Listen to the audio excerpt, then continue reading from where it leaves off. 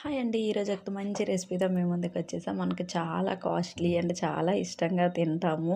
But costly కాబట్టి రెగ్యులర్‌గా మనం ఎప్పుడైనా సరే కొనుక్కోవాలంటే ఆలోచిస్తుంటాం కదా! అలాంటి వాళ్ళ కోసం ఈజీగా మన ఇంట్లోనే మన చేతులతో చేసుకోవాలనేసి ట్రై చేద్దామని నేను కూడా ఈరోజు యూట్యూబ్‌లో ఒక వీడియో చూసి ఇన్‌స్పైర్ అయ్యానండి. అదే ఈ కాజు కట్లీ. చూస్తున్నారు కదా! అంత పర్ఫెక్ట్‌గా వచ్చింది అని అనుకున్నాను.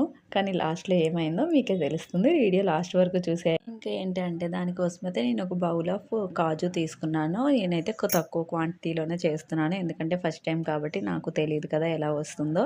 సో, దానికోసమైతే నేను కాజు ఒక కప్ తీసుకొని అది 2 అవర్స్ హాట్ వాటర్‌లో సోక్ చేసుకోండి. సోక్ చేస్తే మనకి కాజు అనేవి చాలా మెత్తగా ఆహ్, తయ తయారవుతాయి. దానికోసమైతే హాట్ వాటర్ అయితే బెటరు. 2 అవర్స్ అయితే సరిపోతుంది.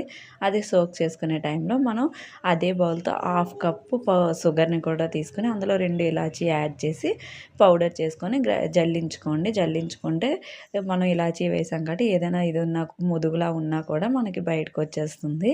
నెక్స్ట్ అయితే మనం సోక్ చేసుకున్న కాజుని కూడా కొంచెం వాటర్ వేసి మిక్సీ పట్టుకోవాలి. చాలా మెత్తగా పేస్ట్‌లా అయిపోతుంది. ఒక రౌండ్‌కే సరిపోతుంది. లేదంటే ఒక 2, 3 రౌండ్స్ వేసుకొని చాలా మెత్తగా చేసుకోవాలి. ఇప్పుడైతే నేనైతే మస్ట్ అండ్ షుడ్ అంటున్నా. నాన్ స్టిక్ అయితే బెటర్ అండి. ఎందుకంటే ఆహ్, అడుగంటకుండా ఈజీగా ఉంటుంది. దానికోసం నేను ఒక నాన్ స్టిక్ ప్యాన్‌లో కొంచెం ఘీ వేసి అందులోనే ఈ కాజు పేస్ట్ కూడా వేశాను. అది బాగా కలుపుతుండి మధ్య మధ్యలో ఈ షుగర్ పౌడర్‌ని కూడా యాడ్ చేసుకొని బాగా కలపాలి.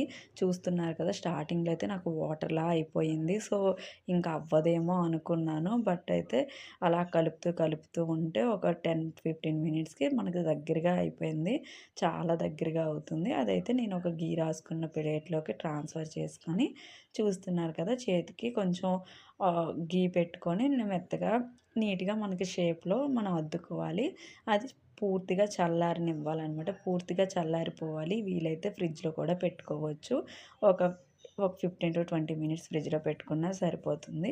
నీట్‌గా స్ప్రెడ్ చేసుకొని దాన్ని డిస్టర్బ్ చేయకుండా పూర్తిగా చల్లారనిచ్చాక మనం కాజు కట్లీ షేప్‌లో గానీ, మనకు నచ్చిన స్క్వేర్ షేప్‌లో ఏదో ఒక షేప్‌లో మనం కట్ చేసుకుంటే మన కాజు కట్లీ రెడీ. బట్ ఇదైతే నేను ఇంతవరకు అయితే వీడియోలో చూసాను. వచ్చింది. బట్ నాకైతే రాలేదండి. చూస్తున్నారు కదా! వేస్ట్ అయితే అవ్వలేదు. కాజు కట్లీ అనుకున్నాను. బట్ ఇదైతే కాజు హల్వా అయ్యింది. ఫైనల్‌గా ఇంట్లో అయితే ఫినిష్ చేసేసాం. కాజు కట్లీ అయినా వదలను. ఎలా చేయాలో నెక్స్ట్ వీడియోలో మళ్ళీ చేసి మళ్ళీ చెప్తాను. అప్పటి వరకు నా ఛానల్‌ని సబ్స్క్రైబ్ చేసుకోండి. Bye bye.